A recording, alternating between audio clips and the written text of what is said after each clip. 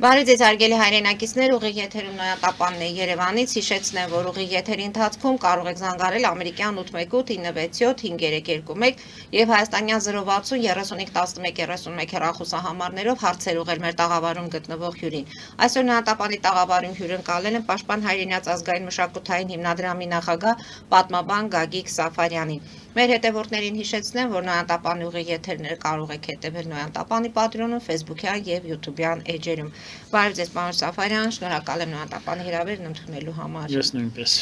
Պարոն Սաֆարյան, ունեցանք հունվարի 27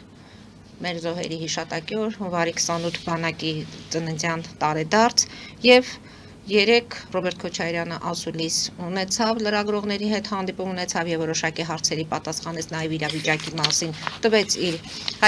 գնահատականը։ Ուզում եմ այս երեք թեմաներին անդրադառնանք, որից հետո խոսենք, թե այս պահի դրությամբ արցախցիների հետ կապված ձեր ծրագրի շրջանակներում ինչեր եք արել, ինչ դժվարություններ ունեք, եկեղեցին եւ Դիվենսի այցը Հայաստան։ Եթե հասցնենք այս բոլոր խնդիրների, հարցերի մասին խոսենք մեր եթերի ժամանակ։ Նախ հոկտեմբերի հունվարի 27-ի խորհրդի հետ կապված եւ հունվարի 28-ի բանակի տոնի արդիվ 26-րդ տարեդարձի արդիվ ուզում եմ 34-րդ տարեդարձի արդիվ ուզում եմ իմ ուրեմն խնկարկումս եւ խոնարհումը բերեմ մեր բազմահազար նահատակներին, մեր զինվորներին, մեր այն ուրեմն բանակի եւ աստագրական պայքարի այն ներկայացուցիչներին, որոնք իրենց կյանքի գնով գիտակցելով, գիտակցաբար գնացել են, ուրեմն պաշտպանել են մեր հայրենիքը եւ մեր երկրի ապահովելով մեր երկրի սահմանները, խաղաղ եւ անվտանգությունը։ Եվ նաեւ շնորհակալություն հայտնել այսօրվա հայոց ազգային բանակի զինվորներին, սպայական կազմին, բարձր սպայական կազմի ներկայացուցիչներին, ասելով, որ այսօր ավելի քան երբևէ ավելի հրամայական է դառնում եւ մեր սահմանների անվտանգությունը եւ մեր ժողովրդի խաղաղ ուրեմն գոյակցությունը։ Ես մի քանի օր առաջ Շանթ հեռուստաընկերությանը տվել եմ հարցազրույցը, հեռանկարի հյուրն եմ եղել եւ մանրամասն ասել եմ, թե ինչպիսի բարեփոխումներ են կատարվում բանակում, ինչպիսի ուրեմն շրջված դեպի հայ զինվորը եւ հայ սպան, ինչպիսի նորամուծություններ, ինչպիսի ուրեմն որակական կամ վերավորակավորման մրցույթներ, քննություններ եւ այլը, որը միտված է մեկ բանի, որպեսզի հայ զինվորը իրեն զգա որպես աշխատող, որպես հայրենիքի պաշտպան եւ այդ աշխատավարձը սկսած շարքային զինվորից, ժամկետան զինծառայողից, որը սկսվում է որակավորում անցած զինվորի համար 700,000 դրամից մինչև սպաններ բարձր սպայական կազմ, հիմա ես չեմ ուզում դրանք բաղդատեմ, մինչև 1.5 միլիոն եւ 2 միլիոն աշխատավարձ։ Մի բան, որը երբևիցե չէր կարելի դա պատկերացնել։ Ասել, որ սա բավական է, իհարկե ինչ խոսք ես չեմ կարող։ Բայց երկրորդ նախագահն ասում է, որ ամենամարտունակ եւ հաղթական բանակը թույլատրել է, մասնատել են, կոտրել են։ Այո, ասեմ, ինքը չի հասկանում դրա մասին, նախ ասեմ ինչու համար, որովհետեւ այդ ժամանակ եւ ուրեմն Ծերուկ Ալիևը եւ նրան հաջորդած իր որդին ընդամենը ժամանակ էին շահում եւ իր ուրեմն պաշտելի Պուտինի միջոցով, Պուտինի Ռուսաստանից գնում էին զենքեր ժամանակակից եւ այն զենքերը, որը որ վաճառվում էր Ադրբեջանին նվազագույնը 1990-ական եւ 2000 թվականի սկզբներին, իսկ այն զենքերը, որը վաճառել են մեզ 1960-70-ական թվականների զենքերը Ռոբերտ Քոչարյանի ուրեմն մտածելակերպի եւ մտայնության մեջ եւ իր ուղեղում տեղավորվում են 3 մարդ։ Առաջինը ուրեմն խոսքս երկուսը կենթանի են, առաջինը հայ առաքելական եկեղեցին բռնազավթած Կտրիչ Ներսյանն է, որը դարձել է այսօր վրեժխնդիր ուժերի ձեռքին գործիքակազմ իշխանությունը օրինական տապալելու համար, երկրորդը Ռուսաստանի Դաշնության նախագահ Վլադիմիր Պուտինն է, իր բազմաթիվ չարագործություններով, ես պիտի ասեմ, խոսքս չի վերաբերում Ռուսաստանի եւ ռուս ժողովրդին, կրկնում եմ դա, որտեվ միայն այդպիսի ուրեմն դաշնակից ուրացողը եւ այդպիսի ուրեմն դաշնակցային հարաբերությունները անտեսողը տասնամյակների կամ հարյուրամյակների ընթացքում ձևավորված այդ հարաբերությունները կարող էր դնել զոհասեղանին եւ դավաճանական կերպով ինչպես Արցախը այնպես է շուրջ 250 քառակուսի կիլոմետրը ուրեմն անթակույց կերպով Ադրբեջանին հանձնելու գործում կանգնել Ադրբեջանի եւ Թուրքիայի ղեկավարների կողքին եւ երրորդը որը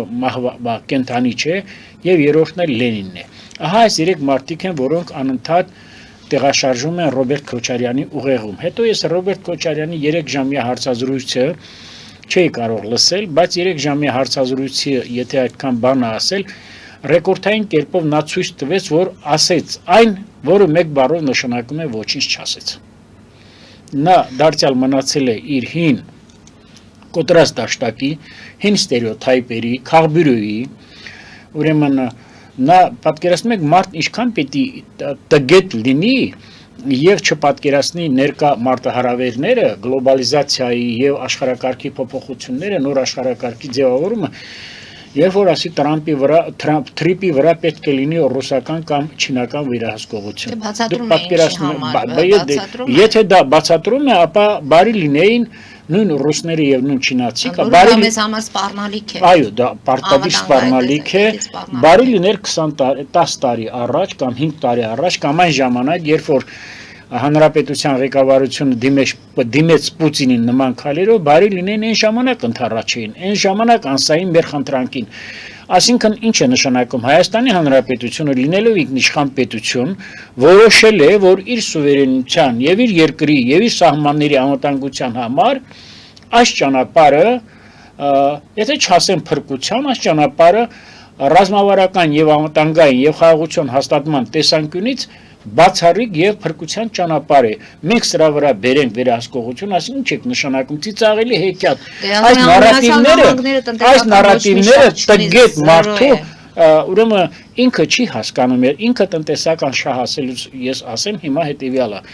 այն գործարքները որ ինքը կնքել է Ռուսաստանի հետ ինքը այստեղ եղել է տնտեսական շահ որտեղ այստեղ նա ունեցել է ձախ մասանուններ ձախ գրպանում ինչպես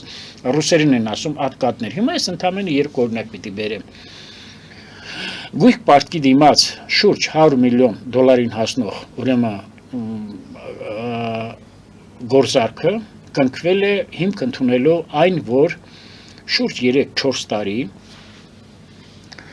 Ռուսական կողմից, Ռուսաստանի Դաշնության կողմից մեծ մատակարարվող գազի գործարքի մեջ անհետացել է ավելի քան 100 միլիոն դոլարին համարժեք դրամ։ Եվ այս ուրեմն 100 միլիոն համարժեք դրամը գնացել է բացեիբաց կերպով ես հայտարարում եմ Ռոբերտ Քոչարյանի ընտանիքին, հայտնի գործարարին, որը զբաղվում է ուրեմն գազալցակայանների ուրեմն բիզնեսով եւ նաեւ երրորդ նախագահի ընտանիքին եղբորը եւ սա 100 միլիոնը ուրեմն գնաց միայն ու միայն այսպես հաջորդը 2000 ասենք 3 հոգու գրպան է գնացել 3-4 հոգու ամենաշատը ոչ նվազագույն 3-4 ուրեմն այսպես ասեմ տոհմի հաջորդը ուրեմն կապված ուրեմն Սիստեմա ընկերության մեջ իր փայաբաժնին նախ ես շատ ուրեմն վատ վերաբերվեցի այո ես շատ վատ վերաբերվեցի Նիկոլ Փաշինյանի հանրապետության վարչապետի կողմից այդ օրը երբ որ ինքը փոխանակ մեկներ Դավոս ընդունեց սիստեմա ընկերությունների խորհրդի նախագահ Եվտուշենկովին քանի որ տեղի ունեցել կառավարման օպերատիվ կառավարման արտոնագրային կառավարման փոփոխություն որը համարվում է նաև Ռոբերտ Քոչարյանի պրոտեժեներից մեկը, խնամառուներից մեկը, շատ վատ ընդունեցի, որ ինքը այդ օրը ընդունեց Եվտուշենկովին։ Որովհետև ուրեմն սրանով ցույց ենք տալիս ուրեմն նախ Դավոսի հանդեպ ոչ ուրեմն շատ մեծ նշանակությունը եւ նաեւ սրանով մենք ցույց ենք տալիս, որ դեռևս Ռոբերտ Քոչարյանը թևեր ունի ուրեմն թփրտալու Հայաստանի քաղաքական դաշտում։ Ես սրա մասին կասեմ ինչու։ 2001 թե 2002 թվականին հնդկական մի ընկերություն, որի ղեկավարը Սանջեյն էր, որը ուներ Սոտքի ոսկու գործարան բազմբաժնետիրական ընկերության տնօրենի կարգավիճակ, նրանց ստիպում են, որպեսզի 60 միլիոն դոլարին համարժեք դրամով վաճառի ուրեմն գեոպրոմայնինգին։ Եվ դա ստիպում է Ռոբերտ Քոչարյանը։ Այսօր մեր քաղաքական դաշտում կան մարդիկ, կարող եմ ասել Անդրանիկ Թևանյան, էլի, որոնք այդ ժամանակ անգլերեն թարգմանչի դեր են կատարել, եւ Սանջեյը խնդրել է, անձամբ ինձ է ասել նա, եթե մեկ ուրիշին ասած ելներ, ես չի ասի, քանի որ այդ ժամանակ ես վարձակալել էի երիտասարդության պալատը եւ շուրջ իմ ընտանիքի բյուջեից 30 միլիոն դրամի ներդրում եմ կատարել եւ սպասում եմ որպեսզի իմ գործընկերս Ամերիկայից 1 միլիոն դոլարին համարժեք դրամ ուղարկեր, կար այդպիսի պայմանավորվածություն եւ նաեւ ես փնտրտուքի մեջ էի եւ այդ օրերին հանդիպեցի Սանջեի հետ իմ ընկերոջ միջոցով եւ ինքը պատմեց, որ իմ թախանձագին խնդրանքին որպեսզի դառնա ուրեմն 90 միլիոն այդ գործարքը հայկական կողմը չհամաձայնվեց, կար պրեզիդենտի Քոչարյանի կտրուկ պատասխանը։ Եվ հետագայում նա այդ ուրեմն 90 միլիոնանոց գործարքը տապալվել է 60 միլիոնով ստիպել են տվել է եւ նա 150 միլիոնով վաճառել է ռուսական ընկերությանը, արդյունքում Ռոբերտ Քոչարյանը այս մեծ գործարքի արդյունքում շուրջ 60 միլիոն դոլարի հիմքով դառնում է սիստեմա ընկերության բաժնետիրական խորհրդի անդամ, բաժնետեր, ուրեմն ակցիայի տեր եւ նաեւ դառնում է տնօրեն։ Ահա այս գործարքներն են, որ պիտի մեր ղեկավարությունը երկրի ուշով հետևի եւ քամուն չտա։ Ահա այսպես է ձևավորվել նրա մասնակցությունը սիստեմայի մեջ իր բաժնեմասով։ Սա մեկ եւ երկրորդը ես պիտի ասեմ, որ 2013 թվականին 300 միլիոն դոլարին համարժեք դրամով ջեկը Երևանի ջերմաէլեկտրոկայանը հանձնվեց ռուսներին եւ վերջնականապես բոլոր ակցիաները բոլոր ուրեմն մասնաբաժինները դարձան մասնաբաժինը ամբողջովին դարձավ ուրեմն Գազպրոմի ռուսական Գազպրոմի սեփականությունը ուրեմն ասեմ հետեւյալը հայ ժողովուրդը Հայաստանի քաղաքացին Երևանի բնակիչը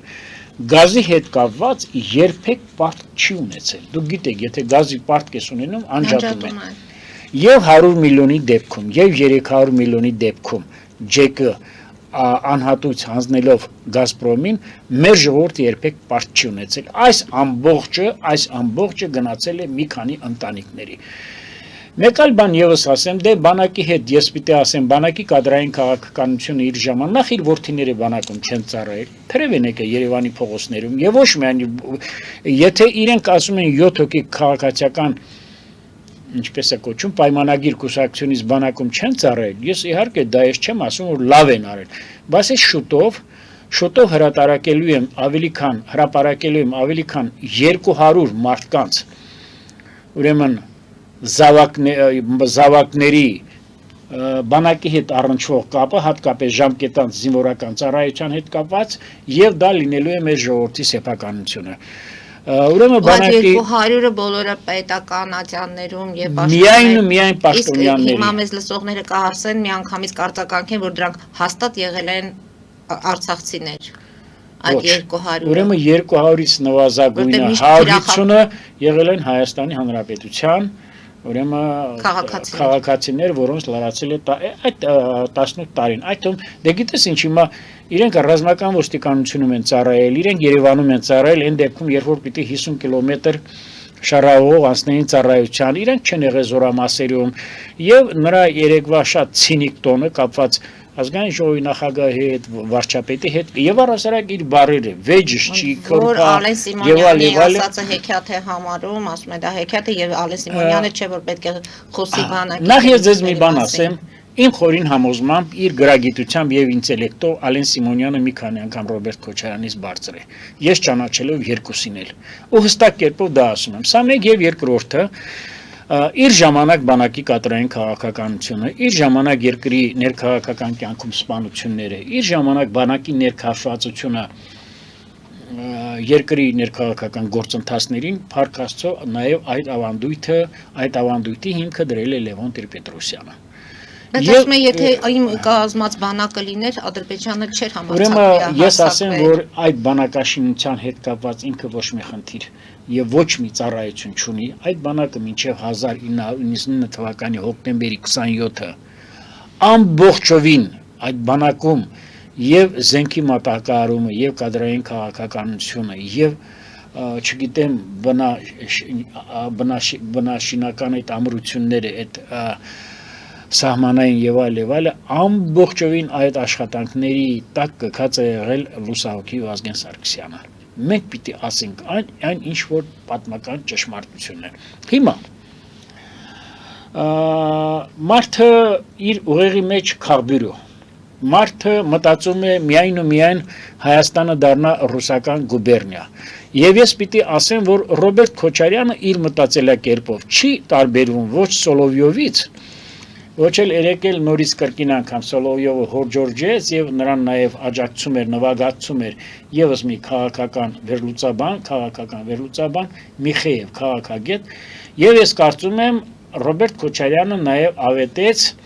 հաջորդի հանդեպ եւ Հայաստանի պետականության հանդեպ վերահաս սպառնալիքների ուրեմն մեկնարկը։ Ռոբերտ Քոչարյանը նաեւ երեկվա իր հարցազրույցով ավետեց նաեւ 2026 թվականի համապետական ընտրությունների քարոզչության մեկնարկը։ Եթե այդ ժամանակ թաքուն էին պահում նախկինների եւ ներկաների կապը, երեք բացեիբաց անթակույց կերպով նշվարում էր այն 3-4 դաշինքների, այն 3-4 խմբակների գործունեությունը, որոնք պետք է իրար հետ համագործակցեին։ Դա խոսքս վերաբերում է մեր ձևովին, որը կարծեմ դառնում է հզոր Հայաստան քաղաքական հանրային քաղաքական միավոր, խոսքս վերաբերվում է միանգամից այդ մեսիջների մասը։ Արդեն այդ մեսիջները ուղարկված է եւ առհասարակ ես պիտի ասեմ, որ եկեղեցին էլ այս ուրեմն տիրույթում դառնում է այդ դավադիր գործիքակազմից մեկը։ Բայց դրա մասին կարծում եմ մենք առիթ կունենենք խոսելու, շատ բան չեմ ուզում խոսալ իմ համար, եթե մի մարդ ի վիճակի է իր ընտանիքի անդամներին, երիտասարդ ընտանիքին ուղարկել օտար երկրներ տվյալ դեպքում Միացյալ Նահանգներ, խոսքս վերաբերում է բոլոր շատ ղեկավարների եւ որոնք կարող են այնտեղ ունենալ զավակներ ծննդաբերել, ապա ես գտնում եմ, որ Հայաստանի Հանրապետության ոչ միայն կառավարությունը, այլև իրավապահ մարմինները կարող են նրան ենթարկել օստրակիզացիայի, օստրասայսի, խեցե վճիռ, որպեսզի նրանք առհասարակ արտաքսվեն մեր երկրից, նրանք որպեսզի ուրեմն լինեն ձայնազուրկ եւ նրանց տեղը պիտի լինի ճաղավանդակները, նրանց տեղը պիտի լինի պատժախուցը եւ ազատազրկման վայրերը։ Եթե այսպիսի ստոր դավաճանական կերպով դու քեզնից սերվածը, քո ժառանգները չես ուզում ծառայել մի բանակում, որին հորջորջելով դուք ասում եք ես եմ եղել այդ բանակի ակունքներում կանգնած, ապա այստեղ ես ասելիք այլևս չունեմ։ Շատ բաներ կարող ենք խոսել, ես պիտի ասեմ, որ վերադառնալով Ռոբերտ Քոչարյանի եւս մեկ ասույթին, որ թրիպի վրա մաքսիմալ ծախսում է 90 միլիոն դոլարին համարժեք դրամ, ես ասեմ, որ այդտեղ էլ ինքը բան չի հասկանում, որ իր համար ես պիտի ասեմ, որ ոսկին ամենամեծ ուրեմն նշանակություն ունեցողն է, ավելին քան ազգը, ավելին քան իր ծնողները, ավելին քան իր զավակները, որտեղ ինքը չգիտի, որ այսօրվա ուրեմն վագոն տնատները, այսօրվա գնացքները ինչքան թանկ են, այսօրվա երկաթյա ռելսերը, որոնք ապահովում են անվտանգություն, եւ կա նաեւ ինֆրակառուցվածքային բազում ծառայություններ։ Ասում եք, որ իրենք են այդ ռելսերը հանել, հետարել, վաճառել։ Ես այսքան չեմ ուզում ժամանակ կորցնեմ։ Եվ ես պիտի ասեմ, որ ուրեմն նույնիսկ այդ միլիարդավոր դոլարները կարող են դեռևս ընդամենը դառնալ մեկնարկային բաներ, այդ որ ասում են base capital, չէ, այդ որ ներդրումներ կարող են սկզբնական ներդրումներ, այո։ Ամբողջ խնդիրը սա է, եւ ինքը չի պատկերացնում թրիպի նշանակությունը մեր ժողովրդի կյանքում, մարդ ինչքան պիտի շատ կներեք անգրագետ լինի, որ թրիպի կամ օգոստոսի 8-ի համաձայնագիրը կամ օգոստոսի 8-ի ուրեմն հուշագիրը համեմատի նոյեմբերի 9-ի հետ։ Մի բան, որով սկիզբ դրվեց Արցախի կործանմանը։ Ես հիմա կարծում եմ մենք ժամանակ ունենանք անդրադառնալ նաև Արցախայության հետ կապված խնդիրներին, բայց ես ասեմ հետևյալը։ Ուրեմն Ռոբերտ Քոչարյանի ժամանակ բանակը գտնվել է շատ անմխիթար վիճակում, գեներալները, բարձրագույն հրամկազմը Երևանի փողոցներում եւ մեր խոշոր փողոցներում ավելի շատ են զբաղված եղել ուրեմն քրեական ուրեմն կռիվներով, քրեական հաշիվների մեջ ընկղմված, ավելի շատ են զբաղված եղել գետնի տակ գտնվող մի քանի տասնյակ հազար կիլոմետր խողովակներ արտահանելով, որը եղել է մեր ժողովրդի սեփականությունը։ Կադրային քաղաքականության մասին այլևս չեմ խոսում։ Պետական ընդերքը եւ պետական միջոցները եւ հատկապես այն ուրեմն տարածքները, այն հողերը, որոնք եղել են ճանաչված են եղել գերակաշա, ինչպես է հատկացվել եւ մանումենտում կառուցելով Աղթանակը զբոսայգու տարածքը ավերելով կառուցելով այդ հյուրանոցը, որը դարձյալ գնում է եւս 1-2-3 գրպանի, եւս 2-3 ընտանիքի գրպան։ Չեմ ուզում այլևս շարունակեմ, հիմա ես պիտի ասեմ հետեւյալը. իր ժամանակ աշխատած եւ Երևանի քաղաքապետը, որը չի ունեցել ոչ մի ուրեմն մասնավոր կազմակերպություն, իր ժամանակ աշխատած ռազմական ոստիկանության պետը, իր ժամանակ աշխատած Նախցային կոմիտեի նախագահը եւ Նախցային կոմիտեի նախագահի տեղակալը, որը երրորդ նախագահի ժամանակ դարձավ Տեկի նախագահ եւ անուններ։ Հիմա ես ասում եմ, այն գումարները, որ այսօր Անթակույց հպարտությամբ հայտարարում է Հանրապետության դատախազը Տիկին Վարդապետյանը, ես պիտի ասեմ, այդ գումարները կարող են լինել այն գումարների ընդամենը 25%-ը, որոնք Ռոբերտ Քոչարյանի եւ մյուս նախագահների հովանավորությամբ մեր ժողովրդի սեփականություն հանդիսացող գումարները փոշիացվել են։ Կրկին ու կրկին ասում եմ, որ եւ Գազպրոմի ամբողջ բաժնեմասը, որը ուրեմն մենք դարձանք փաստորեն օտարերկրյա մի հզոր ձեռնարկության ուրեմն սպասարկող հանրապետություն,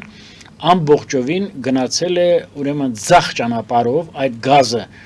բաժին է հասել ընդամենը մի քանի ընտանիքների, որոնց մեջ ամենամեծ բաժինը ունեցել է Ռոբերտ Քոչարյանը։ Ես կարող եմ շատ բաներից Ռոբերտ Քոչարյանը ինքն ասում է միայն ինքն է իրեն տեսնում այս վիճակից անելու։ Ես դες հիմա ասեմ Ռոբերտ Քոչարյանը նախ ասում եմ մեկ ուրիշի անունը տվեք, չկա։ Ասեմ ու վերջացնեմ, եթե ես այսքան ինչու համար եմ ասում, որպեսզի մեր ժողովուրդը սթափի,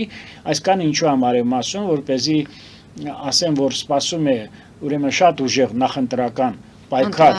2026 թվականի համապետական ընտրությունների ժամանակ եւ մեր ժողովուրդը գիտի, որ ես ինչպիսի փորձ ունեմ, ավելի քան 35 տարվա եւ ես պիտի ասեմ, վերջին անգամ իմ փորձը շատ մեծ եռանդով, շատ մեծ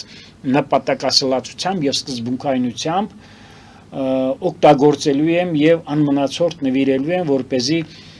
ռևանշիստական վրեժխնդի ուժերը չկարողանան Հայաստանի Հանրապետությունում ունենալ կառավարական որևէ ուրեմն հնարավորություն եւ ձեռք բերեն ուրեմն այդպիսի առաքելություն կամ ունենան այդպիսի իրավունք։ Նրանք այդպիսի իրավազորություն չեն ունենալու, ես պատրաստ եմ հանդիպել նույնիսկ մի քանի միլիոն մարդկանց հետ եւ ես ասում եմ դա անթույլատրելի է լինելու։ Ռոբերտ Քոչարյանի եւ մյուս նախագահների ժամանակ մեր երկրի պաշտպանության նախարարության բարձր պաշտոնները, ներքին գործոս նախարարության բարձր պաշտոնները, այլևս չեմ խոսում դատախազության բարձր պաշտոնները բաց հանված է եղել աճուրդի։ Նրանց համար մարդը ոչ մի նշանակություն չի ունեցել։ Ռոբերտ Քոչարյանը իրավունք չունի խոսելու պետաիրավական համակարգից, ինչպիսին որ հիմա կա, դատավորների վարքագրությունից, ինչպիսին հիմա կա, պետական եկամուտների կոմիտեի թափանցիկ գործունեությունից, ինչպիսին հիմա որ կա, սոցիալական ծառայության այն աշխատանքից, որ հիմա կատարվում է, առավել եւս առողջապահության նախարարության աշխատանքից, որը նա պիտի երազեր։ Ես ժամանակ Արցախը մերն է եղել։ Դա ուրեմն Արցախը եղել է այն մարդկանց, որոնք ապրել են, փոթոշակները բարձր չեն եղել, բնակարանների հարցն են լուծել, ջրի խնդիրներ լուծվել, վառելիքի խնդիրներ։ Հիմա ես ասեմ ինչպես է եղել, մարդիկ վաճառել են իրենց վերջին ունեցվածքը, երբ որ դրանք գոյացել էր մինչև 90-ական թվականները։ Բոլորս գիտենք դա ինչպես է եղել, բոլորս գիտենք, որ բանակը ներքաշված է եղել նաև ներքաղաքական գործընթացների մեջ։ Վերջերս կարծեմ նաև մի գեներալի են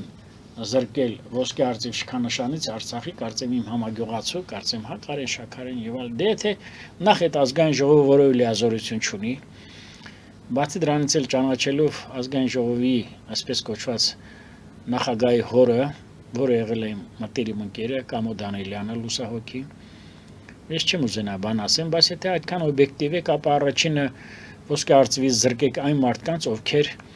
2008 թվականին գեներալներ են մասնակցել Սահմանադրական կարգը տապալելու գործում մարտի 1-ին, ովքեր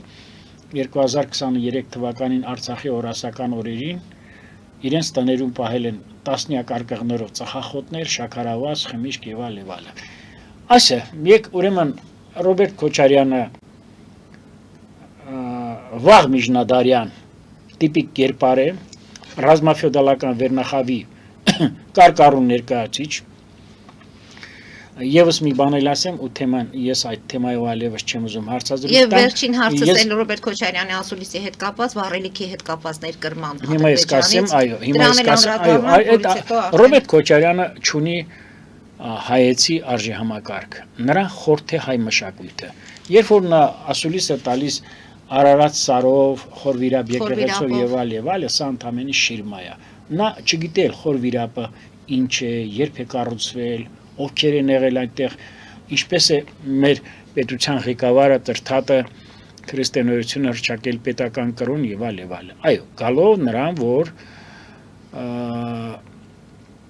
ասում է, որ ես դիմել եմ բենզինի հարցով, ոչ բենզինի, բիտումի հարցով Ալիևին եւ այլ, բանից պարզում է, որ այն ժամանակ էլ եղել է ստվերային կապ Ռոբերտ Քոչարյանի եւ Ադրբեջանի ղեկավարության կողմից, բա եթե դու չես կարողացել անես, իրենք ասել են մենք չենք կարող սա անել, որովհետեւ Ադրբեջանում այլ բան կհասկանան, ապա ինչ է նշանակում, որ դու այսօր ասում ես բենզինը բերում են 1200 տոննան չի կարող գնի վրա ազդել, նախ այդպիսի հաշվարկներով ինքը պիտի այդքան չիշներ, դա ստորություն եմ ես համարում։ Բայց ամեն դեպքում Նիկոլ Փաշինյանի գործունեությանը այդպես քննադատորեն չմոտեցավ։ Ես ընդամենը մի բան պիտի ասեմ, դե որովհետև գիտեք ինչ, ես կարծում եմ շուտով նաև ինքը այլ պատասխանի կարժանանա պետական այրերի կողմից, բայց ես այլ բան ասեմ։ Եթե մի մարդ կանգնում ասում է, որ ես կարող եմ միայն Հայաստանը հանել այս վիճակից, ես պիտի ասեմ, որ Հայաստանը դուրս է գալու այս վիճակից եւ արդեն ընտրել է այդ քայլերը, արդեն այդ քայլերով է գնում, այդ ճանապարհով է գնում, այդ ինչպես ասում են the way future, հա, ապագայի ճանապարհով է գնում, ինքը այդ բաներից չի հասկանում։ Դե 98 թվականին էլ 1998 թվականին էլ իրեն երբ որ ասացին, իսկ կարող է այս համապետական ընտրություններից հետո դուք ունենաք մրցակիցներ, կոնկուրենտներ, ասեց ով է այն տղամարդը։ Մի բան, եթե դա մնացել է 30 տարվա առաջ նույն մակարդակին, դրանից 30 տարի առաջ էլ մնացել է նույն մակարդակին, դրա իզուր չեն ասում, որ ադրբեջանական իշխանությունների կողմից այն ժամանակ կոմերցիոն կարկառուն ներկայացուցիչներից մեկը։ Չեմ ուզենա շատ բան ասել, համենայն դեպս ոչ հայ, եթե մեկ ուրիշը նայեր օտար ծագումով մեկ ուրիշ մարդ նայր այդ ասուլիսը, կասեր, որ դա ոչ հայ մարդու ասուլիս է, քինախնդրությամբ լցված, ամբողջովին թափում էր չար մաղձի եւ պիտի ասեմ, լավ որևէ դրական բան չի կատարվել, լավ որևէ դրական բան հարկերի հավաքման առումով, տարբեր ուրեմն գերժամանակակից սարքավորումների ներդրման, ճանապարհաշինարարության, դպրոցների շինարարության եւ մարդ ինչքան պիտի կներեք այս արտահայտությունը ասեմ, մարդ ինչքան պիտի ուրեմն իր ազգը ատի, դավադիր լինի, չեմ ուզում տականք բառը օգտագործեմ, բառից բուն իմաստով, որ ասի որ մենք ենք մեղավորը, որ ռուսները մեզ այդպես են վերաբերվել։ Այսինքն ինքը գիտեր, որ այդպես են վերաբերվել։ Ուրեմն ասեմ հետևյալը եւս ասեմ, որ երբ որ ասում են, որ 40-44 օրյա պատերազմի ժամանակ Ռոբերտ Քոչարյանը անթակույց կերպով ցանկանում էր Հայաստանի Հանրապետության պարտությունը, ես դա համարում եմ բացարձակ ճշմարտություն։ Նա օգտագործեց, ցանկանում էր այդ պարտությունը, որպեսզի գար իշխանության։ Նա օգտագործեց հայրաքելական Սուրբ եկեղեցին, եկեղեցին չօգտագործեց, եկեղեցու մի քանի բարձրակարգ հոգևորականների, այդ թվում կտրիչին, որպեսզի գա իշխանության։ Նա օգտագործեց մեր բանակը, որպեսզի 21 թվականին կատարվի պետական հեղաշրջում, Վազգեն Մանուկյանն էլ այդ 80-ամյա զառամյալ ծերուկը չհասկացավ ինչ է կատարում եւ դարձավ իր ձեռքի խաղալիքը, խամաճիկը։ Եվ նա օգտագործում է այժմ էլ Եռաբլուրը։ Այս Եռաբլուր այցի գնացող արցախցի ղեկավարների եւ շատ-շատերի ուրեմն Եռաբլուր այցը ես համարում եմ ձևական, քանի որ ես նրանց մեծ մասին ճանաչում եմ։ Հիմա այսքան բանը բավական է, ասեմ, որ որևէ մեկը իր սեփական երկրին այնքան չի ատի անթակույց կերպով, ինչքան երեք ցույց տվեց Ռոբերտ Քոչարյանը իր ասուլիսով։ Ես վերջացնեմ իմ ասածս, դա ակնարկեց ուրեմն այդ 3-4 դաշինքի ձևավորման անհրաժեշտությունը, որպեսզի պայքարեն ուրեմն իշխանության հասնելու համար 2026 թվականի հանրապետական ընտրություններին եւ նա նաեւ ուրեմն ավետեց այն վերահաս սպառնալիքների մասին եւ երբ որ ասում էր, որ ես եթե Ռուսաստանը չթողնի մեր մթերքը արտահանենք, մեր միակ շուկան Ռուսաստանն է, ինչ պիտի անենք, ինչ պիտի անենք, չնայած ես իմ կապերը կօգտագործեմ, կապերը օգտագործեիր, որ քո եւ երրորդ նախագահի ժամանակ մի քանի միլիարդ դոլարին համարժեք զենքի մատակարարման պայմանագիր կնքվեց Ադրբեջանի հետ, կապերդ օգտագործեիք այդ ժամանակ։ 3-4 դաշինքը կարծում եմ դեռևս շատ վաղ է դրանց մասին խոսալ, բայց ակնհայտ կերպով կարող եմ ասել, ինքս հաշվի առնելով իմ փորձը հստակ կերպով ասել, որովհետև այստեղ ես մաթեմատիկական ճշգրտությամբ եմ ասում, ես գելափի պես չեմ,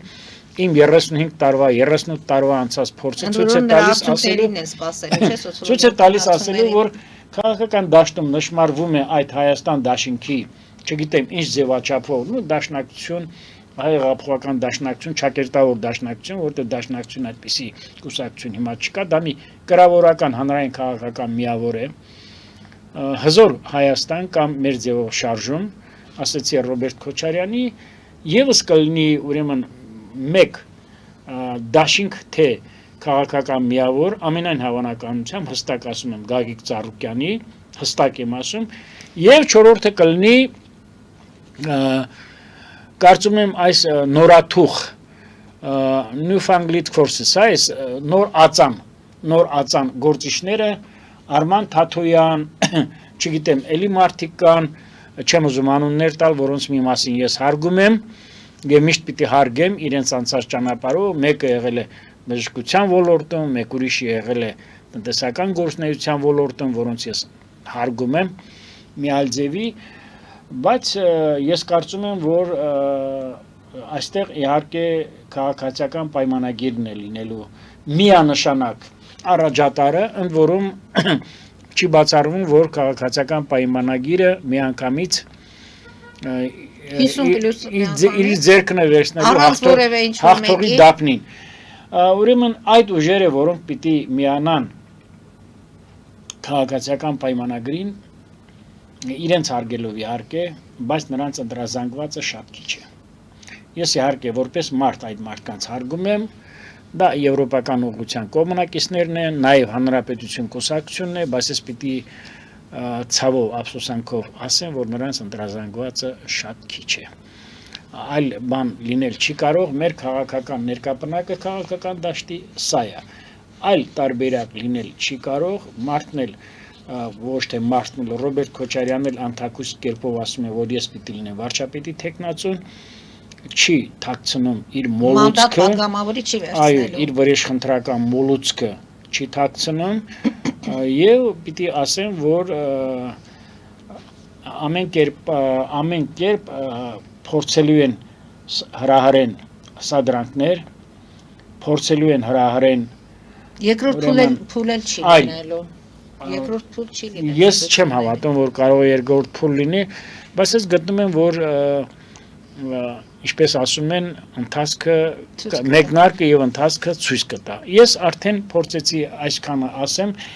եւ ես այլևս մյուսների մասին Քոչարյան, չգիտեմ, Սերժ Սարգսյան, Լևոն Տեր-Պետրոսյան ես այլևս չեմ ուզում խոսել, որովհետև ես դա Պարոն համարում Սաֆարյան, եմ ավելորդ ժամանակի վատնում։ ժամանակ, քանի դեռ իրենք հանդես չեն գալիս, որտեղ ամեն դեպքում հանրությունը նրանց լսում է, հանրությունը արդեն նրանք էլ ունեն իրենց ընտրազանգված են։ Եթե նրանք իրենց կուտակած հարյուրավոր միլիոն դոլարներով, չնայած իմ խորին համոզման դրանք միլիարդներ են, եւ նաեւ հայ եկեղեցու տերը, այսպես կոչված,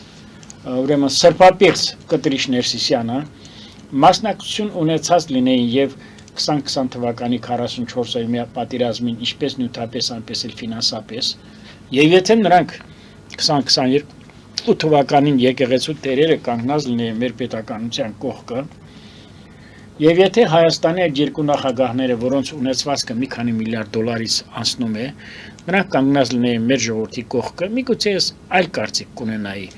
բայց ես ասում եմ, որ ուրեմն մարդիկ չունեն հայ ժողովրդի հետ ուրեմն առնչվող որևէ արժեհամակարգ։ Այլևս չեմ խոսում իրենց ինտելեկտուալ մակարդակից, նույնիսկ ես իմ համար մեծ անամոթություն եմ համարում եւ մեծ անպարտություն եմ համարում խոսել նրանց մակարդակներից։ Առաջ գնալով, քանի որ ուրիշ անգամ կարող է ժամանակ չլինի դրա մասին խոսել, մեկ նախադասությամբ ասել, հայ-ռուսական հարաբերությունները պետք է զարգանան զրոյական տարբերակով։ Հիմքում պետք է դնել մեկնարկ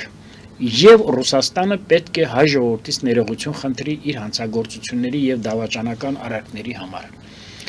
Ռուսաստանը պետք է ապաշխարի իր բազում հանցանքները հայ ժողովրդի հանդեպ։ Այդ թվում 300 միլիոն զենքի գումարի մատակարարումը ուշացնելու, այդ թվում 2020 թվականին իր կողմից պատերազմի արտոնագրումը Թուրքիայի հետ համատեղ, այդ թվում դարձյալ շատ գործարքներ։ Ես մի թեթև ասել եմ, ինչքան էլ մենք Ելցինի անձնական կյանքին փորձում ենք մեկ այլ գնահատական տալ, բայց ես պիտի ասեմ, որ Ելցինի ժամանակ եւ նրա պաշտպանության նախարարի ժամանակ հայ-ռուսական հարաբերությունները գտնվում են շատ բարձր, ես կասեի նույնիսկ փայլուն մակարդակի վրա։ Եթե Ռուսաստանը չգնա խավարան հայ-ռուսական հարաբերություններում կատարած իր բազում մեղքերի համար, եթե չապաշխարի իր մեղքերը, ես գտնում եմ, որ հայ-ռուսական հարաբերությունները երբեք հայելային չեն կարող լինել։ Դա բացառվում է, սա պիտի լինի։ Եվ ես վերջացնում եմ հայ-ռուսական հարաբերությունների դերն ու նշանակությունը հայ ժողովրդի եւ հայոց պետականության կյանքում Լևոն Տեր-Պետրոսյանից սկսած մինչև Սերժ Սարգսյան, մինչև Նիկոլ Փաշինյան, ամենից ճիշտ եւ ամենից բովանդակալից եւ ամենից հանգամանալից հասկանում է գործող վարչապետ Նիկոլ Փաշինյանը։ Դուք կան գովազդային դաթարի ասում եմ ու վերջացնում։ Պետություն եկեղեցի, հայ առաքելական եկեղեցու դերն ու նշանակությունը հայ պետականության համար եւ հայ ժողովրդի համար Լևոն Տեր-Պետրոսյանից սկսած մինչև Սերժ Սարգսյան, նրանցից բոլորից ավելի գերազանց հասկանում, գիտելիքներ ունի եւ պատկերացնում է Նիկոլ Փաշինյանը։ Դուրս գան կարճատև գովազդային դատարի եւ ասեմ հեռախոսազանգեր ունենք, փորձենք լսել նաեւ մեր հեռուստադիտողին։ Հարգելի հայրենակիցներ, հետեւեք քիչ անց կվերադառնանք տաղավար եւ կշարունակենք։ Ֆելիչե ժամանակակից ատամնաբուժական կլինիկա։ Այստեղ հարմարավետությունն ու խնամքն առաջնային են։ Այստեղ կիրառվում են ատամնաբուժական ամենաժամանակակից տեխնոլոգիաներ, ճշգրիտ ախտորոշում, արդյունավետ բուժում, նուրբ փորձառություն եւ անհատական մոտեցում։ Սկսած սովորական մանրուքներից մինչև առաջադեմ ընթացակարգեր, այստեղ դուք գտնվում եք բարձր որակավորում ունեցող եւ փորձառու ատամնաբուժական մասնագետների ձեռքերում։ Մեր բարեկամական եւ հյուրընկալ անձնակազմն այստեղ է յուրաքանչյուր այցը հաճելի դարձնելու համար։ Ֆելիչե, ձեր առողջ եւ ամենաերջանիկ շպիտը սկսվում է այստեղից։ Եկեք եւ բացահայտեք նորարարության փորձագիտության եւ կարեկցանքի կատարյալ համադրությունը։ Վաճառվում է գերմանական հնաոճ դաշնամուր 1892 թվականի արտադրության ֆոն Մուլբախ, գտնվում է գերազանց վիճակում, կինը 15000 ԱՄՆ դոլար։ Հեռախոսահամար 094 115 310։ Երևան փոստը Գրանադա Հյուզում տեղեկացնում է։ Դրամական փոխանցումներ 1%-ով։ Օդանավով 1 փաունդը 2.99։ Նավով ուղարկեք 1 արկղ, երկրորդ արկղը անվճար։ Ավտոմեքենաների փոխադրում անհավատալի արժեքներով։ ինչպես նաև կահույք եւ մեծ չափի բեռների փոխադրում։ Jackpot հագուստի խանութը երկրորդ մասնաճյուղն է բացել Գլենդելի սրտում, որտեղ կարող եք ձեռք բերել եվրոպական եւ ամերիկյան ընտիր հագուստեղեն, կոշկեղեն, աքսեսուարներ, պայուսակներ ամենահարմար արժեքներով։ Նաեւ կարող եք ցանկացած ապրանք պատվիրել եւ ձեռք բերել կարճ ժամանակում։ Jackpot-ի Գլենդելի հասցեն է 1135 North Pacific Avenue, հեռախոս 818 813 2252 Jackpot հագուստի լավագույն կենտրոնը Գլենդելում։ 60-ից ավելի ճանաչված եվրոպական բրենդների ինքնատիպ, չկրկնվող եւ մատչելի ընտրանին Fortuna Home and Country House խանութ սրահում։ Նորաոճ սպասք եւ կահույք հորեկա բնագավառի համար, տեքստիլ տնտեսական ապրանքներ, ամեն ինչ գեղեցիկ կյանքի համար։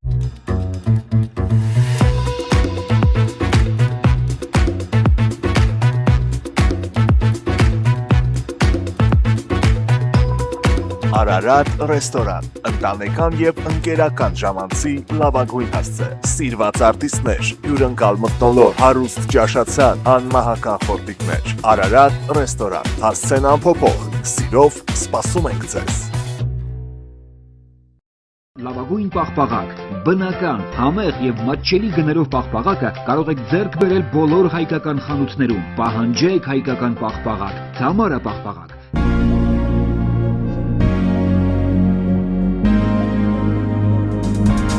Տպագրեք ձեր գիրքը Նոյան տապան տպագրատանը, ինչպես նաև թերթեր, ամսագրեր, բուկլետներ եւ այլն։ Հասցեն քաղաք Երևան, Իսահակյան 28 առաջին հարկ։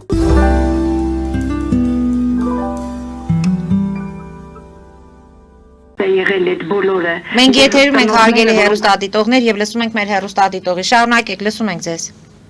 Եվ այս երիտասարդները պատկերացում ունենան, թե ինչպիսի վիճակ է եղել պատերազմից հետո Հայաստանում եւ ինչեր է կատարել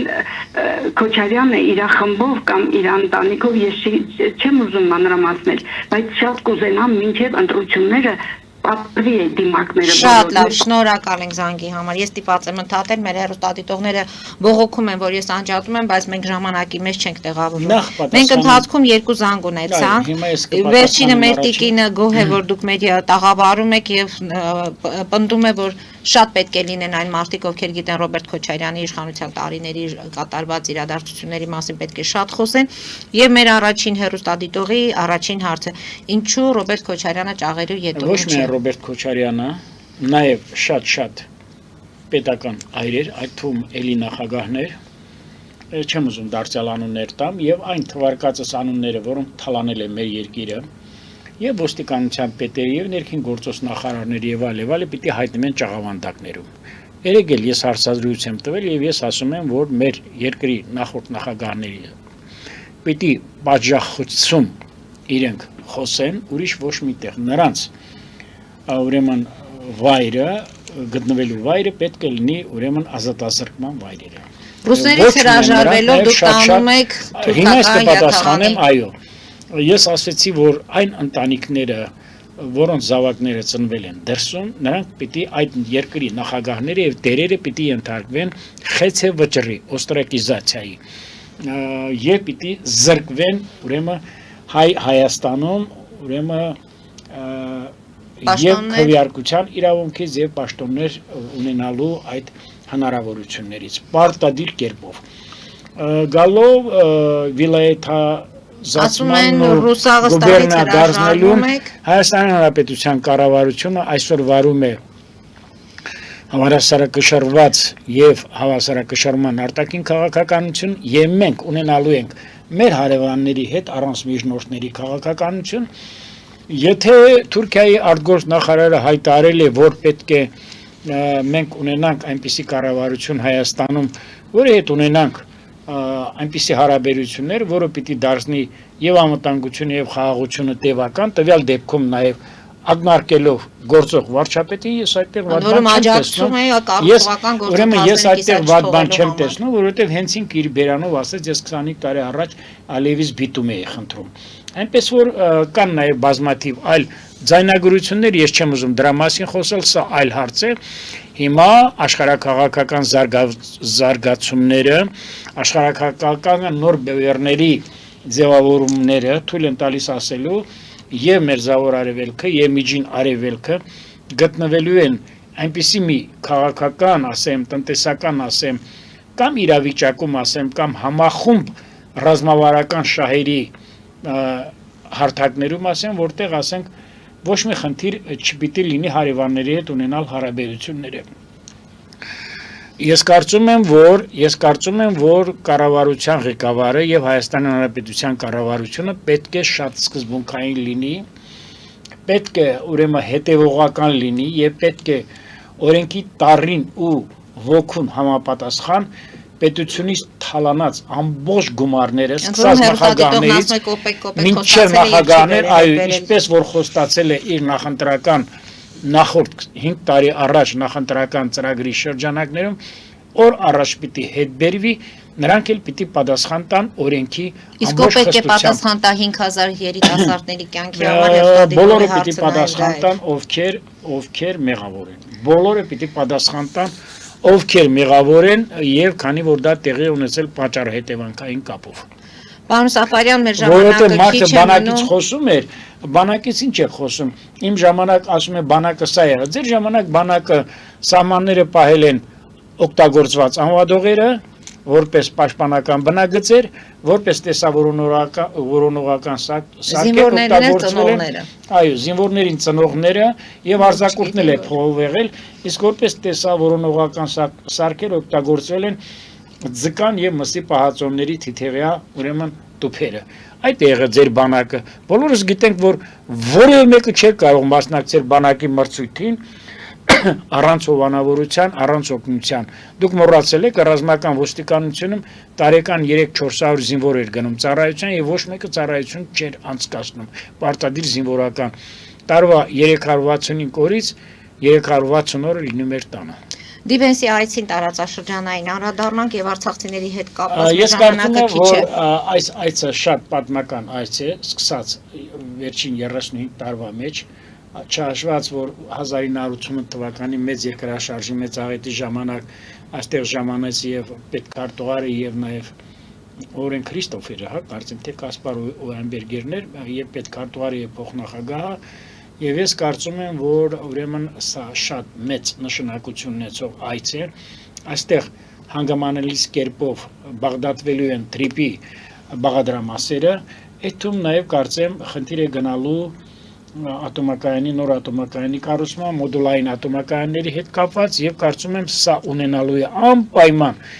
գետնի վրա իր իմպլեմենտատիվ արդյունքը Եվ կարծեմ նաև այցից հետո նաև ծրագրվում է փոխնախագահի այցը Ադրբեջան, չի բացառվում արդեն, ինչպես ասում են, համաձայնեցված է խաղաղության պայմանագրի բոլոր ուրեմն կետերը։ Իսկ մեր գերիները եւ այն, որ դեմուկում են նստած այդ հարցերը պետք է Գիտեք, Տիկին Մարի, դուք անընդհատ ասում եք մի բան, որ ես ցանկությամբ ավելին եմ կամենում, շատ ավելին եմ կամենում, քան թե նույնիսկ չգիտեմ, որոնք դա դարձնում են շոու կամ դարձնում են իրենց քաղաքական պայքարի բաղկացուցիչ, բայց զուտ ձևական առումով, որի համար ես պատրաստ եմ զոհաբերել ամեն ինչ, եւ նյութական առումով, եւ նաեւ անձնական առումով եւ ֆիզիկական առումով։ Ես գիտեմ, որ եթե չասեմ ստվերային, ապա ետնաբեմում արվում է այդպիսի ուրեմն աշխատանքներ եւ այնպես չի, որ ես սա հենց այնպես տրամաբանությամբ կամ ռեֆլեքսով բնազդաբար ասում եմ, ես էլ ունեմ մարդկանց հետ հանդիպումների որոշակի ուրեմն առօրյա եւ կարծում եմ, որ այս խնդիրները եւս արծարծվելու են կամ արծարծվել են եւ արծարծվում են եւ այնպես չի, որ դա անուշադրության է մատնված։ Ինչ խոսք մենք կուզենանք, ինչպես որ նախորդ մեր 4 գերիները վերադարձան, այնպես էլ մեր պատանդները ռազմաքաղաքական Արցախի ղեկավարության Ռուբեն Վարդանյանը ես կուզենամ օր առաջ տեսնել մեր հայրենիքում, բայց ես ավելին քան համոզված եմ, որ դա էլ այդ օրն էլ է գալու եւ հերոչ այդ օրը, ինչու՞ չի նաեւ սպասենք նոր զարգացումների եւ տնտեսության զարգացման առումով եւ ուրեմն անվտանգային նոր համակարգերի ներդրման, խաղաղության խաչմերուկի ռեալ դարձնելու եւ ինչու՞ չի նաեւ ուրեմն թրիպը իր բոլոր ինֆրակառուցվածքներով կյանքի կոչելու համար։ Պարոն Սաֆարյան, մի հայտարարություն անեմ մեր հեռուստադիտողների համար եւ 5 րոպե ավելացնենք մեր եթերաժամանակը։ Հարգելի հեռուստադիտողներ, ABC-ից մենք դուրս կգանք, կշարունակենք Patreon-ում, YouTube-ում եւ Facebook-ում, այնպես որ հետեւեք։ Հիմա մենք զանգ ունենք, լսենք մեր հեռուստադիտողի, որից հետո արդեն արցախցիների հարցը քննարկենք։ Լսում ենք ձեզ, դուք եթերում եք։ Լսում ենք ձեզ։ Հարգելի հեռուստադիտող, իջեցրեք հեռուստացույցի ձայնը, խոսեք հեռախոսով մեզ հետ։ Լավ, քանի որ մեր ժամանակը ավելացրեցին, մի փոքր արցախցիների հետ կապված։ Դուք հանդիպումներ եք ունեցել Կոտայքում։ Տեսեք, ես ոչ միայն հանդիպումներ եմ ունենում, 20 թվականի 44 օրյա պատերազմից հետո կամ 44 օրյա պատերազմի մեկնարկից մինչև այսօր ես պիտի ասեմ իմ օրվա մեծ մասը անցնում է Ղարաբաղցիների հետ կապված որևէ խնդիրների, որևէ մտահոգությունների, որևէ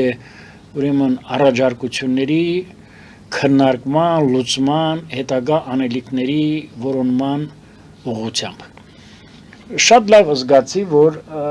դուք ինքդ էլ լավ գիտեք, որ ես ինչպեսի մասնակցություն եմ ունենում թեկուզ մեր ֆինանսական սուղ պայմաններում Պաշտպան Հայրենիաց հիմնադրամի միջոցներով վերջերս 3 ամիս առաջ շուրջ կառավարության աշխատակազմում ես խնդրեցի պարոն Հարությունյանին, ավելի ճիշտ պարոն Հարությունյանը առաջարկեց, որ մեր տեղահանված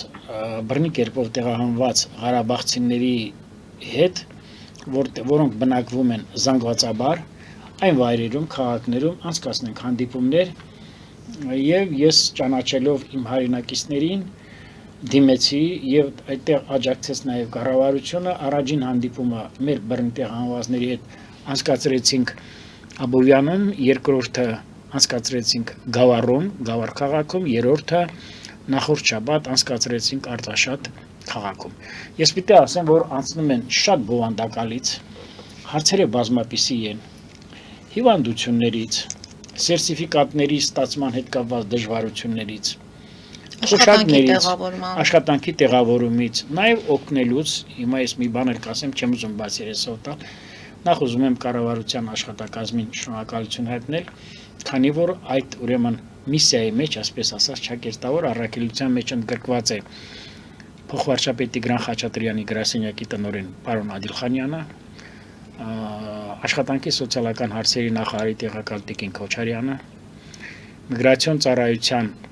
ներքին գործերի նախարարության միգրացիոն եւ փախստականների ծառայության ղեկավար Տիկին Դավթյանը եւ ղեկավարի տեղակալ Տիկին պարոն Արամ Մելքոնյանը, իմ հրաշալի ընկերը, առողջապահության նախարարության ներկայացուցիչը եւ ելի բազմաթիվ մարդիկ, որոնք ասենք իրավասու են եւ ունեն ուրեմն հնարավորություններ պետական առումով ընդառաջելու մեր ժողովրդին։ Հանդիպումները անցնում են շատ ուրեմն բովանդակալից կերպով եւ այն գլխից էլ պարոն Հարությունյանը հայտարարել է, որ սա ոչ մի քաղաքական եւ ներքաղաքական եւ նախընտրական ոչ մի տրամաբանության մեջ չի տեղավորվում։ Մեր խնդիրը եղել է այն, որ այո, Գագիկի հետ 3 ամիս առաջ զրուցել ենք եւ ասել ենք ճիշտ կլինի, որպեսզի ավելի մոտիկից ծանոթանանք մեր ժողովրդին եւ նաեւ իմանանք որն է նրանց ուզող հարցերը։ Բանից պարզում է, որ պարոն Հարությունյանը շատ ճիշտ էր, կան հարցեր, որոնց պետությունը անդրադարձել է, որոնց պետությունը նաեւ ուշադրություն է դարձնում, բայց նաեւ շատ դեպքերում եւ ստորին եւ էլի որովե տեղերում կամ անհարկի դեպք կամ անհարկի ձևով ձգձգումներ է լինում կամ կարծեք թե պատասխանը գոհացուցիչ չի լինում, երբ որ կարելի է այդ պատասխանը ավելի գեղեցիկ լուծել։ Ինչ խոսք մենք սա վեր ենք ածելու ավելի լայնածավալ ծրագրերի ընդդուք մինչև միգուցե նոր արցախցիներով բնակեցված ավանի հիմնադրման, որը պիտի առնչվի ինչպես մշակույթը, այնպես էլ բազմանդամ ընտանիքների հետ կապված օգնությունը, այնպես էլ կրթական ծրագրերը, եւ ես կարծում եմ, որ սա մեզ հաջողվելու է, անկախ 2026 թվականի համապետական ընտրություններից ես պիտի իմ ամեն ինչը իմ հեղինակությունը եւ իմ հարգանքը եւ իմ գիտելիքները ներդնեմ որպեսզի այս ծրագիրը լինի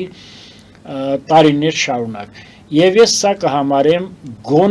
գոնե մի ամոքիչ բան գոնե մի թեթև ուրեմն իմ լումայի ասենք ներդրում մեր Արցախայության խնդիրների լուծման առումով քանի որ պարոն Հարությունյանը բոլոր հանդիպումների ժամանակ տալիս է հեռախոսի համարները մեր տեղանված բնակիչներին ես ինքս եւս առիթի դեպքում անպայման կասեմ դուք եւս դա եթերից կհնչեցնեք եւ ես պիտի ասեմ որ մեզ հաջողվելու է դա եւ ես պիտի ասեմ որ իմ գեր նպատակը այն է որպեսզի մեր ժողովուրդը նախ այս ծանր վիշտը այս արհավիրքը այս մեծ աղետը կարողանա թոթափել մի պարզ հասկացողությամբ մի պարզ գիտակցությամբ որ Հայաստանի կառավարությունը այն ինչ որ արել է 23 թվականի սեպտեմբերից նախկինում էլ է արել 18 թվականից էլ է արել որտեղ ես մի անգամ ասել եմ որ Հայաստանի Հանրապետության կառավարությունը 5 տարվա 18-23 թվականին 715 միլիարդ դրամով ավելին է օգնել Արցախին եւ Արցախի ժողովրդին եւ Արցախի բանակին քան նախորդ բոլոր կառավարությունները 28 տարվա ընթացքում միասին վերցրած բայց սա այլ խնդիր է ես չեմ ուզում սրան անդրադառնամ չեմ ուզում ես ներքաղաքական եւ նախընտրական խնդիրների մեջ տեղավորվում որովհետեւ ես ինքս տեսնում եմ այն ինչ որ պիտի բարձրաձայնեմ ես ինքս նաեւ նախընտրական գործընթացների մեջ լինելու եմ շատ անաչառ եւ շատ ուրեմն անկողմնակալ բայց ես պիտի ասեմ որ իմ համար այսօր իմ համար առաջնահերթություններից եւ գերագույն նպատակներից մեկն այն է որ ես կանգնեմ մեր Արցախահայերի կողքին թեկուս իմ նվազագույն հնարինց ընձեռված կամ իմ ուրեմն գործունեությունը հաշվի առած պետական այրերի միջոցներով պետական այրերի գործունեության շնորհիվ կանգնեմ մեր արցախցիների կողքին կհաջողվի թե չէ ես համոզված եմ որ կհաջողվի որտեղ մեր արցախցիները հավաքում են շատ մեծ պատրաստակամությամբ որովհետև մեր կառավարության անդամները եւ գերատեսչությունների ղեկավարները այդ հանդիպումների մասնակցում են շատ մեծ պատասխանատվությամբ եւ ցանկությամբ ես կարծում եմ որ ինչպես որ ասում են մտել ենք 2026 թվականը որը լի է լինելու եւ քաղաքական եւ տնտեսական եւ պետական մեծ իրադարձություններով եւ պիտի որ մենք ապագային նայենք եւ հույսով պիտի նայենք եւ նաեւ պիտի նայենք ռեալ ակնկալիքներով դա մեզ կհաջողվի Շնորհակալություն եմ հայտնում, պարոն Սաֆարյան, մեր հաղորդումը արդեն ավարտվեց, ես ասեմ, որ ինքս էլ արդեն զանգեր ունեմ արցախցիների կողմից Պաշտպան հայրենաց հիմնադրամին, որ որոշակի գումարներ են ստացել մարդիկ, այնպես որ ձեր հեռախոսահամարը մենք կտեղադրենք մեր YouTube-յան էջում, նրանք ովքեր ցանկություն ունեն կամ օգնության կարիք ունեն, կարող են զանգահարել ձեզ եւ դիմել իրենց հարցերով։ Եթե ինձ թույլ կտաք եւս մի նախադասություն էլ ասեմ, շատ դեպքերում Արցախցի լինելը հայմատում են կամ տեսնում են այն հարթակի վրա, որ եթե Արցախցի ես պիտի նախորդ նախագահներին կամ չգիտեմ անցած ճանապարհով գեներալներին աջակցություն հայտնես կամ զորավիկ կանգնես եւ այլ։ Ուզում եմ ես մի հարց տամ իմ հայրենակիցներին էլի ասենք, եթե մենք ուզում ենք մեր արցախցիների հետ կապված լուծել բազում խնդիրներ, հարյուրավոր խնդիրներ, այդ խնդիրները եթե ժամանակին լուծված լինեին Եթե վերաբերում է դա թոշակին, եթե վերաբերվում է դա կրթությանը, եթե վերաբերում է դա անվճար առողջապահությանը, երբ որ այսօր արդեն ապահովագրական նոր համակարգ մտցնելով Հայաստանի կառավարությունը անում է եւ անելու է։ Ինչ եք կարծում, ես չեմ տեսնում ովքեր են եղել նախորդ ղեկավարները եւ նախորդ գեներալիտետը, որոնք նույնիսկ իրենց սեփական տներն են վաճառել պետությանը, բանակին եւ այդտեղ վարձով մնացել եւ դարձյալ 3 անգամ նույն իրենց կառուցած տներից բանակից փողեր են կորզել, այո։ Եվ ես ուզում եմ իմանամ, որ մեր ժողովուրդը գիտեք ինչքան է հիասթափել այդ նույն ռազմաֆեոդալական վերնախավի ներկայացուցիչներից գեներալիտետից, որոնք զբաղված են եղել ամեն ինչով բացի բանակի օպերատիվ կառավարումից, բացի զինվորի հանդեպ ծնողաբար եւ արդարամիտ մոտեցումից։ Հիմա ես ինքս պարզ հասկանում եմ, որ այս օգնությունը մեր ժողովուրդը օր առաջ է սպասում եւ ես երբեք սա շահարկման առարկա չեմ դարձնելու եւ ես այս ոչ միայն ես սա օգնություն չեմ ասի, այս աշխատանքը կամ այս բաստողումները մենք այնքան հետևողական ենք անելու, որ իրոք մենք նաև որպես ասենք, որ մեր պարտքը ինչ-որ չափով կատարել ենք, որպեսզի մեր ժողովրդի վերքերը որոշակի կերպով ամոքվեն եւ թեթևանան։ Շնորհակալություն եմ հայտնում, պարոն Սաֆարյան, հետևենք զարգացումներին, հարկ լինելու դեպքում կրկին այս տաղավարում կհանդիպենք։ Հարգելի հայրենակիցներ, այսօր այսքանով ավարտում ենք, հետևեք զարգացումներին, մնացեք խաղաղությամբ։